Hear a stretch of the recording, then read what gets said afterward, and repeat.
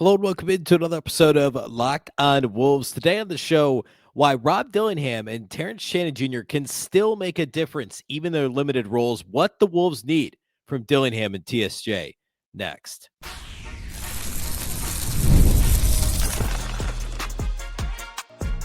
You are Locked On Timberwolves, your daily Minnesota Timberwolves podcast. Part of the Locked On Podcast Network, your team every day. Hello and welcome to the Locked On Wolves podcast, part of the Locked On Podcast Network, now the #1 sports podcast network. Today's episode is brought to you by Game Time. Download the Game Time app, create an account, and use the code LOCKEDONNBA for $20 off your first purchase. Happy Wednesday, everybody. Happy Hump Day, and happy Timberwolves game day. Finally, Wolves have played like twice in the last 9 days. So finally, the Wolves back in action tonight against the Grizzlies. We'll talk about that matchup toward the end of the show. Some injury report news to get to for both teams. It should be a fun, interesting matchup. I think the Grizzlies are a really fascinating team this season, so we'll talk about that later. But for the first part of the show today, I want to dig in on some of the Timberwolves rotation stuff, and specifically Terrence Shannon Jr. and Rob Dillingham and what they can bring to the table in the role that Chris Finch was very clear in his post-game press conference following the win over the Kings on Sunday. Like, hey, look, this is the role. It's a 10-minute role. I'm paraphrasing, but he said, like, this is their opportunity. They have to make the most of it.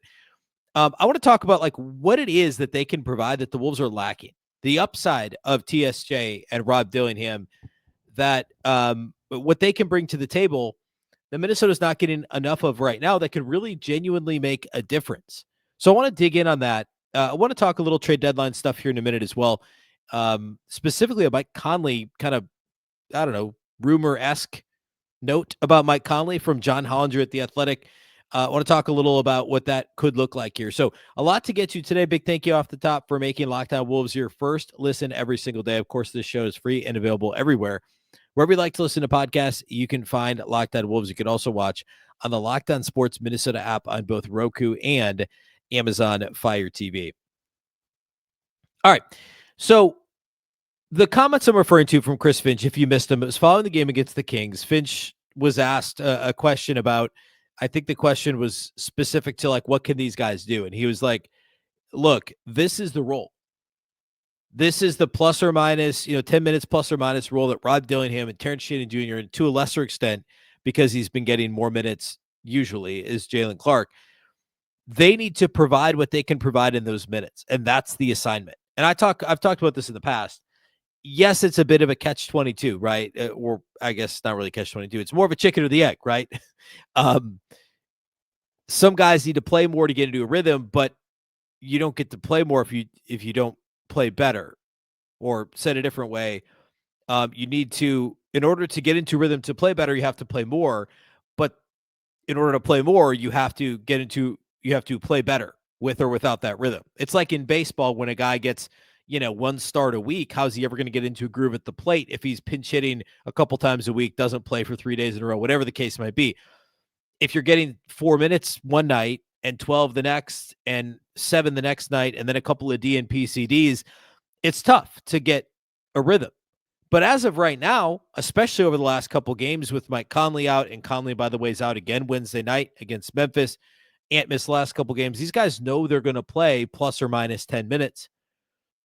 They have to succeed in those minutes. They have to contribute in those minutes in a real way. So what is it that those guys can do that the Wolves are lacking? Well, this is so like overall, I would say shot attempts at the rim. And the way that I arrived at this, like if you just look at the straight, like Minnesota's, frequency of shooting at the rim, their accuracy at the rim, it's all in line with last year. And in fact, Minnesota's actually been more accurate at the rim this season than they were, in totality last year. But the overall numbers aren't really all that far lower this season for Minnesota when it comes to attempting shots at the rim. But what stuck out to me was looking at the Timberwolves starting lineup. Minnesota, believe it or not, has the most used 5-man unit of any team in the NBA, and it's not close.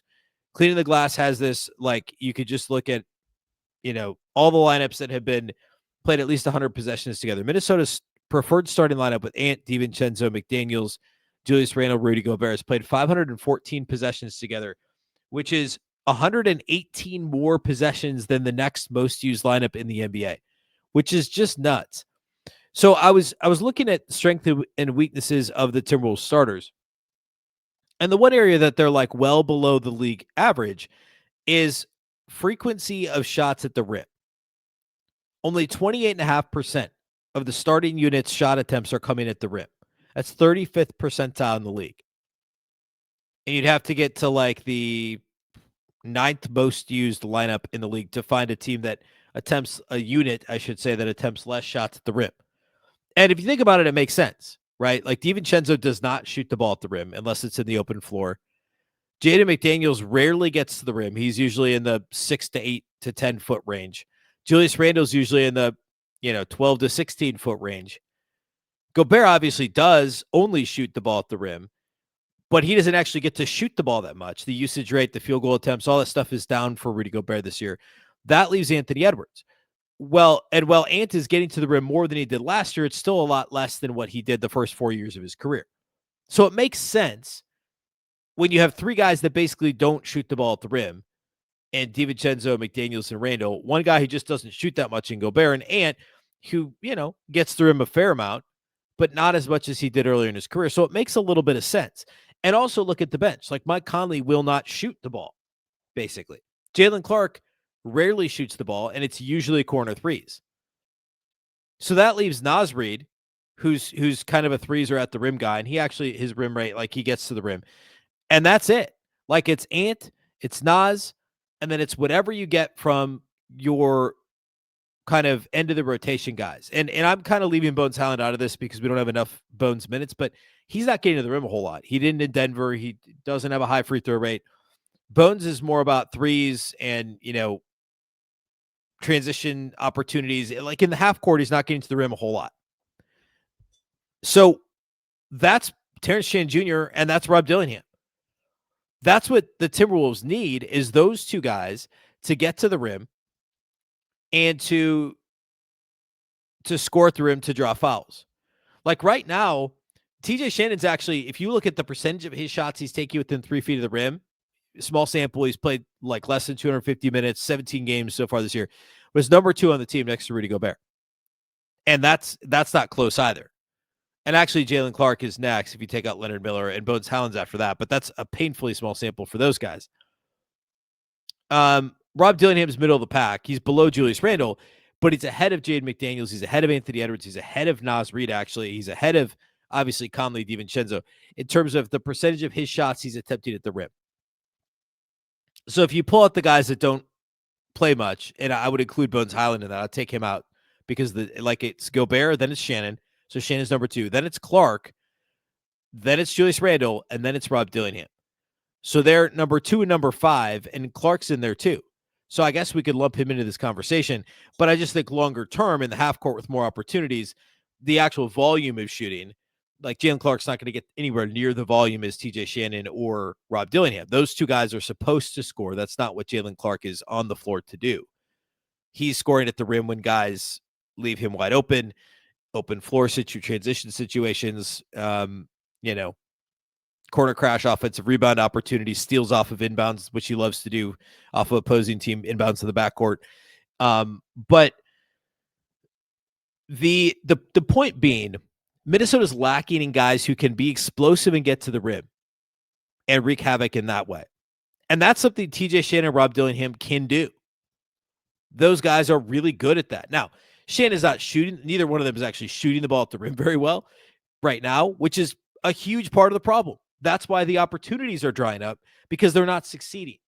And this is just one aspect of the whole thing, of course. But Mike Conley is the worst on the team in shooting at the rim right now. Shooting 50% at the rim. Second to the bottom is Rob Dillingham. And third to the bottom is TJ Shannon. Those guys are both 60% or below at the rim.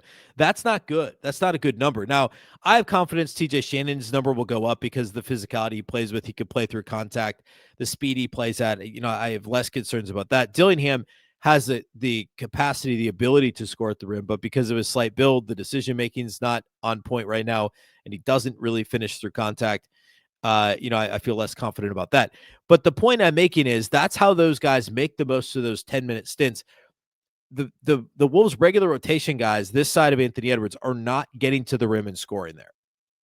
It's got to be those young guys off the bench, Dillingham and Shannon especially, that bring that element to the game and turn that, hey, we have a 10-minute a game role to this is a legit 18-minute a game rotation role for a playoff team. That's the next step for those guys.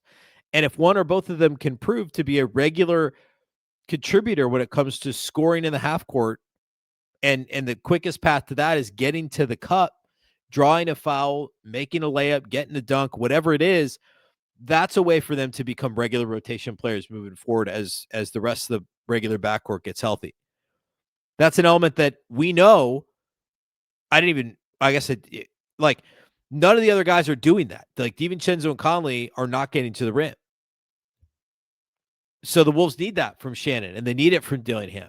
And those are elements that those two players can bring to the table. All right, next, speaking of Mike Conley, I want to talk a little trade deadline before we move on, and we talk Wolves Grizzlies previewing tonight's matchup. We'll do all that here next.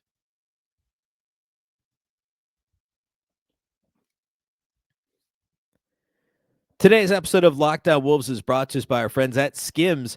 When SKIMS announced they were making underwear for men, the reaction made perfect sense. People have been talking about SKIMS comfort for years. Most guys, though, stick to whatever they've been buying since college. The same fits, the same waistbands that roll, which is super uncomfortable, and a whole lot of settling.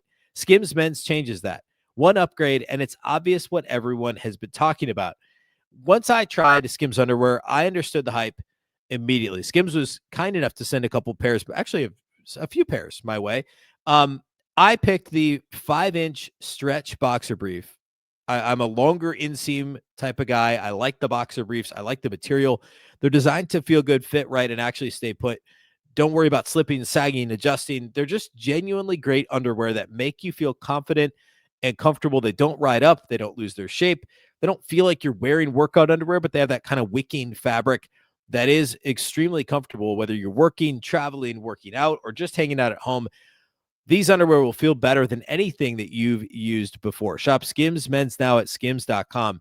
When you place your order, choose podcasts in the post-purchase survey and select this show from the dropdown to let them know that we sent you. Plus, the SKIMS Holiday Shop is open. So if you're looking for the perfect gift this season, SKIMS has you covered. Again, skims.com. Shop SKIMS Men's. When you place your order, choose podcast in the survey. Select this show from the dropdown to let them know that we sent you.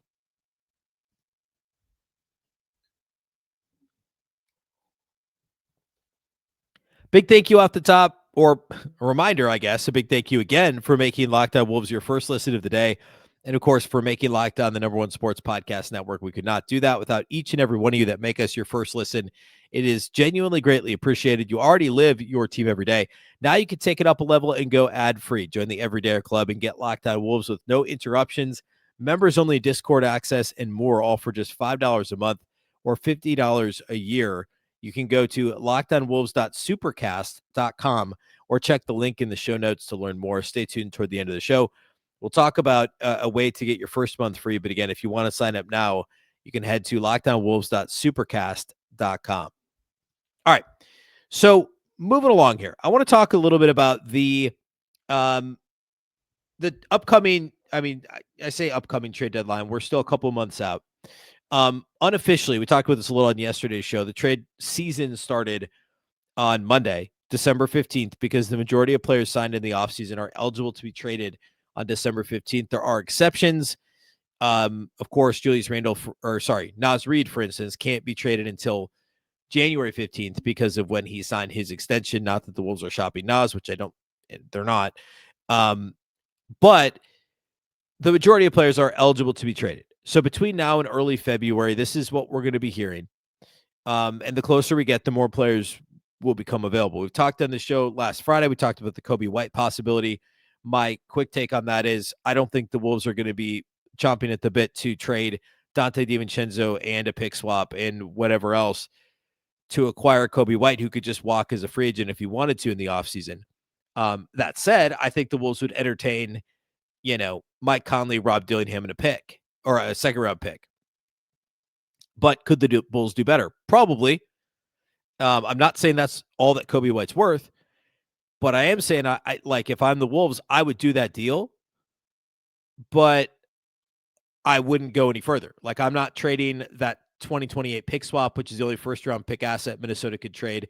I'm not trading DiVincenzo, who's got another year on his deal that's very affordable. And if you want to trade him in a bigger deal down the road, he's extremely tradable. And I would argue has not as much trade value as Coby White, but it's probably closer than you'd think because of the additional year on the deal and the cost certainty that provides next year, whereas Coby White makes more money and is going to get a big raise.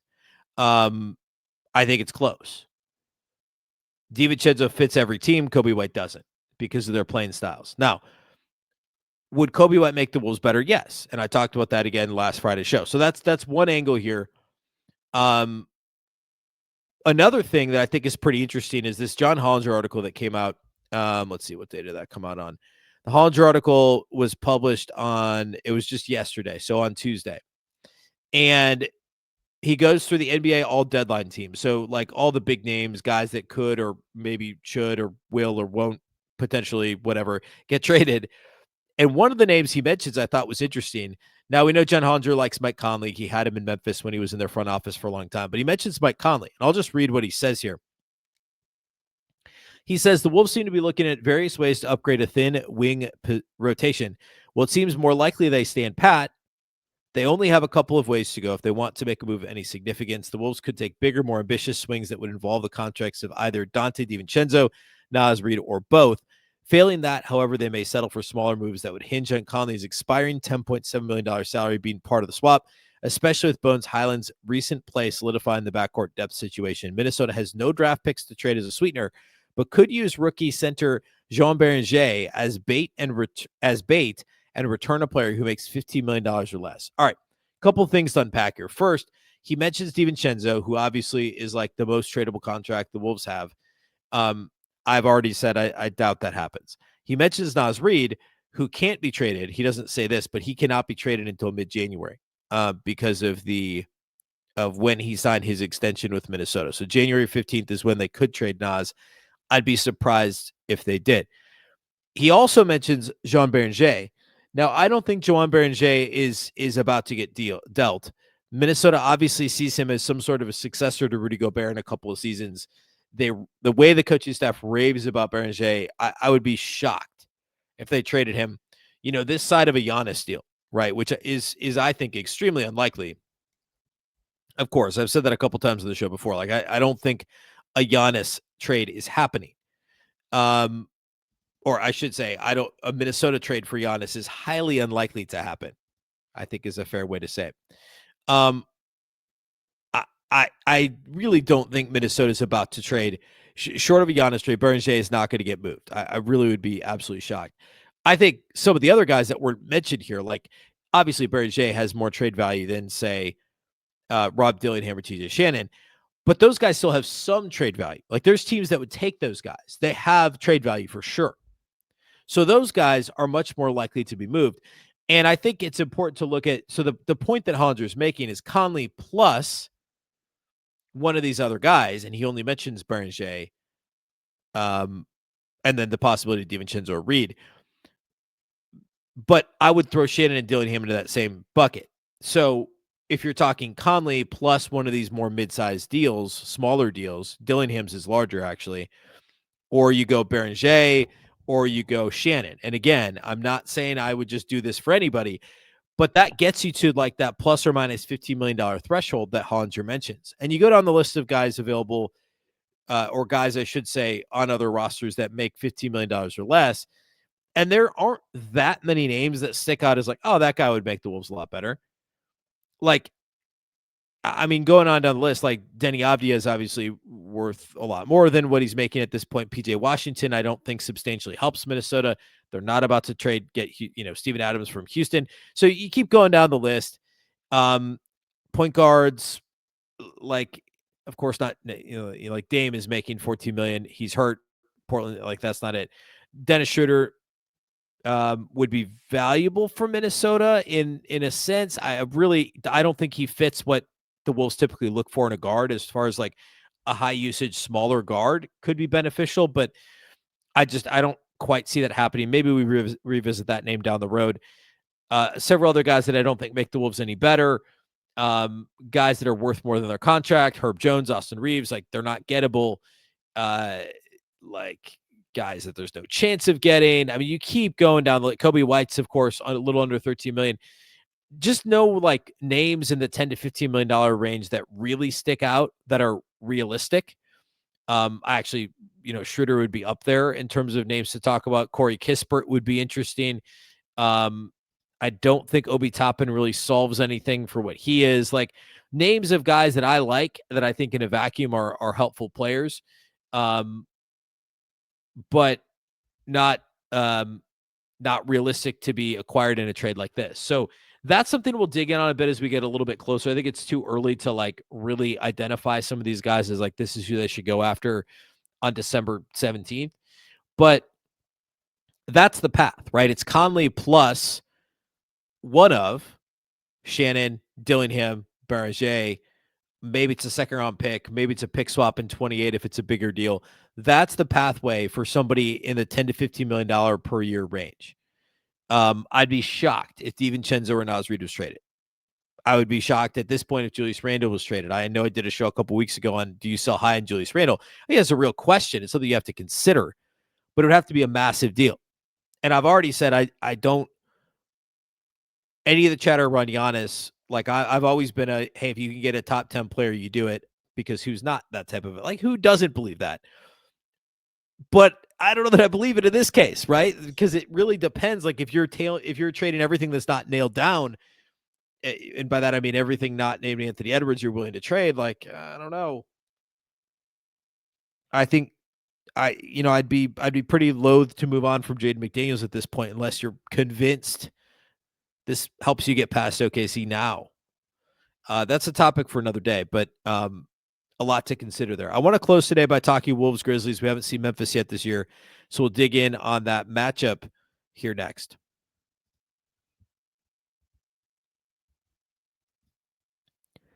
Today's episode of Locked On Wolves is brought to us by our title sponsors at Game Time. The World Cup is coming back to North America for the first time since 1994, and with 48 teams for the first time ever, it's going to be massive. But let's be honest, getting tickets is usually the hardest part, and that's why the Game Time app is clutch, finally giving fans a real advantage when it comes to snagging seats. With Game Time, you can track price drops in real time, get alerts when great seats open, and buy tickets the moment that they hit the app. It puts the power back in your hands and makes going to the World Cup realistic instead of impossible. All you have to do is pull up the app. The layout makes it so simple to scroll through matchups and compare seat views. You just pick your game, tap a section, have your tickets locked in within minutes with no confusion, no hunting for fine print. Perhaps my favorite thing is the prices include fees up front. No last-second surprises at checkout. That is awesome. Take the guesswork out of buying World Cup tickets. Every match, concert, game, event, whatever it is, with Game Time. Download the Game Time app, create an account, and use the code LOCKEDONNBA for $20 off your first purchase. Terms apply. Again, download the app, make an account, and use the code LOCKEDONNBA for $20 off. Game Time. Today's episode of Locked On Wolves is also brought to us by our friends at Robinhood. Nobody knows your money goals better than you. Robinhood puts you in control of your money with tools that work as hard as you do. Locking in on every opening, beating your PR, beating it again. Channel that drive into your money. Robinhood puts you in control of your money. Trade stocks and ETFs, options, futures, and crypto all on one platform. You can now build and execute your own trades from a desktop with Robinhood Legends advanced tools, or take advantage of the new Robinhood strategies with a tailored portfolio managed by a team of experts. You expect more from yourself. Expect more from your money.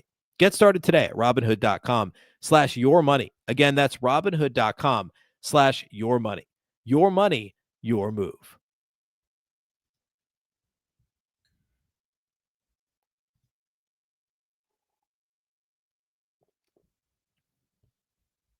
Okay. First time this season that the Timberwolves have seen the Memphis Grizzlies. of course, Grizzlies made a lot of headlines earlier in the season with the benching and actually suspension of John Morant. That was uh, I would say a bold move from new coach um, uh, Isalo. I'm blanking his first name. Tuomas Isalo. There we go. Tuomas Isalo. You know, a bold decision to suspend John Morant. But like the team actually kind of stabilized a little bit. Like if we're looking at what they've done, I mean, they're sitting here right now at 12-14. And Ja, of course, has since returned. But since that rough start to the season, I mean, Memphis started the year what? They were 2-6, and then they were 3-11 or 3-12. And now since then, Memphis then went on a stretch where they won 5 out of 6, and overall, they've won 8 out of 11 games since that long losing streak to start the season. Now, the wins are not super impressive. They've beaten the Clippers 3 times recently. They beat the Blazers, they beat the Kings, they beat the Pelicans. Actually, they beat the Kings twice. So during this stretch, they've really beat up on a lot of the same teams the Wolves have beat.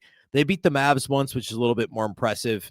They did recently lose to the Jazz, though, and then their losses are legitimate recently. Nuggets, Spurs, and then besides the Jazz one. So certainly a gettable team, certainly a game that the Timberwolves should win. I should note in terms of the injury report, so for Minnesota, Mike Conley's out, going to miss his 3rd straight game with the Achilles soreness. Anthony Edwards, as of this recording, listed as questionable, as he was Friday and Sunday. He missed both of those games.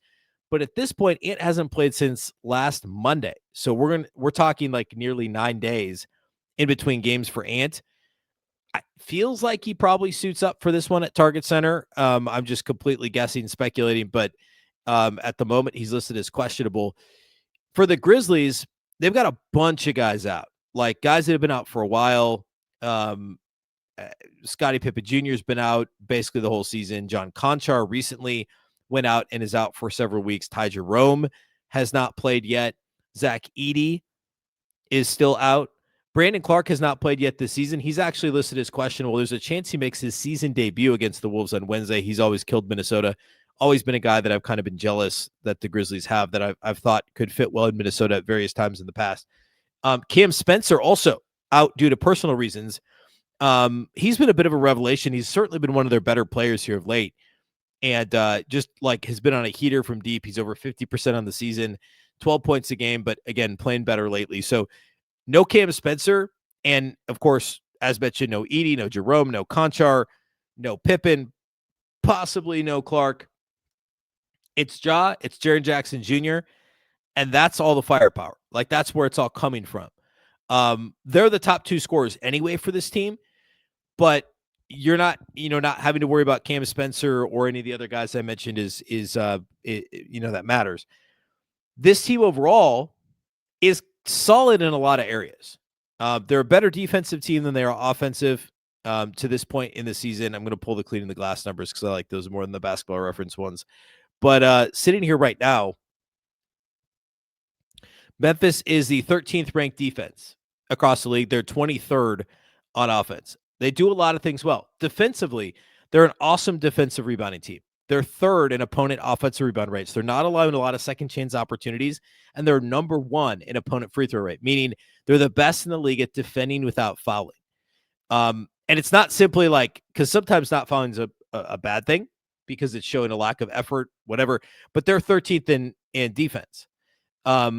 So, they're trying, they're playing hard defensively, and that Minnesota's offense has overall been really good this year, but sometimes can get bogged down when teams are actually playing very hard against them and also denying second chance opportunities on the offensive glass. So that's a strength for Memphis. And while Minnesota overall has been a good offensive rebounding team this season, I don't know that that's necessarily where they're going to make hay in this game. And it's a little bit of a strength on strength. I mean, Minnesota's top 10 in offensive free throw rate. They're middle of the pack in offensive rebound rate. They're going to have to lean into trying to get more opportunities from the outside and taking advantage there.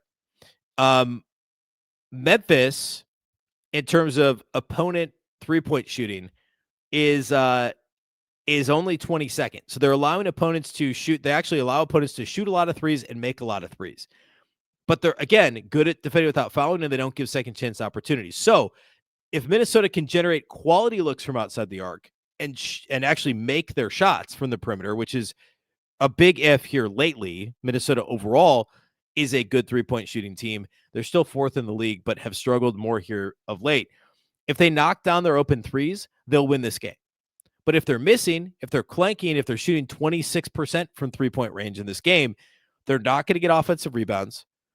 And they're probably not going to get to the free throw line, either because they're chucking threes or because Memphis is just really good at defending without fouling. Right now, the Timberwolves have a really solid blend of getting to the line and shooting and making threes. They could up their three-point rate a little, and they could decrease the amount of mid-range shots they're shooting. But Ant is so improved from the mid-range. We know what Randle does from kind of the mid-range. Ant's more of the long mid-range. And then you got Jaden, who's the short mid-range.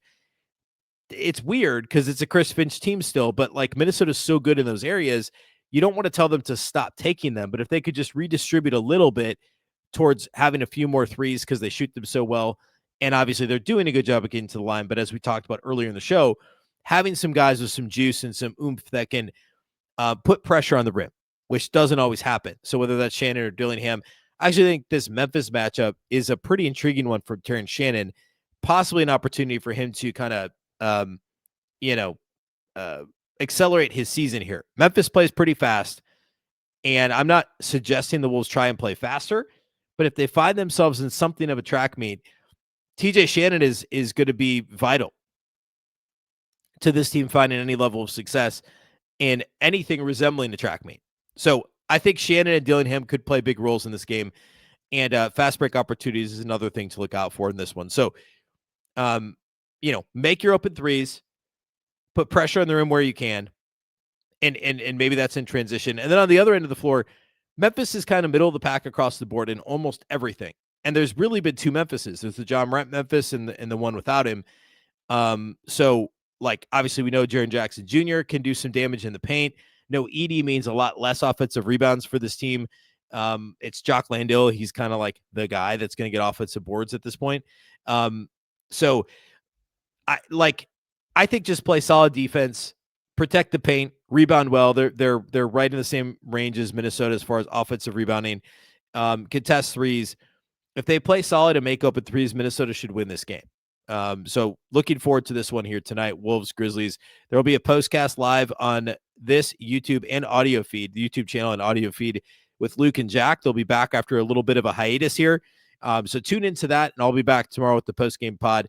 We'll talk all things Wolves Grizzlies on Thursday. Big thank you for making Locked On Wolves your first listen every single day. Of course, this show is free and available everywhere. That includes YouTube as well as all of your favorite audio platforms. Wherever you like to listen to podcasts, you can find Locked On Wolves. You can also watch on the Locked On Sports Minnesota app on both Roku and Amazon Fire TV. A reminder, if you need a last-minute holiday gift or someone that keeps asking what you want, make it easy. Ask for the Everydayer Club. Ad-free episodes of this show, exclusive Discord server access, and more. Subscriptions can be gifted through LockedOnWolves.supercast.com. Again, LockedOnWolves.supercast.com to get signed up for the first ever Locked On Everydayer Club. Of course, this show is part of the very same Locked On Sports Podcast Network, your local experts on all the biggest stories. Once again, I'm Ben Beecken. This is the Locked On Wolves podcast, and we'll catch you next time.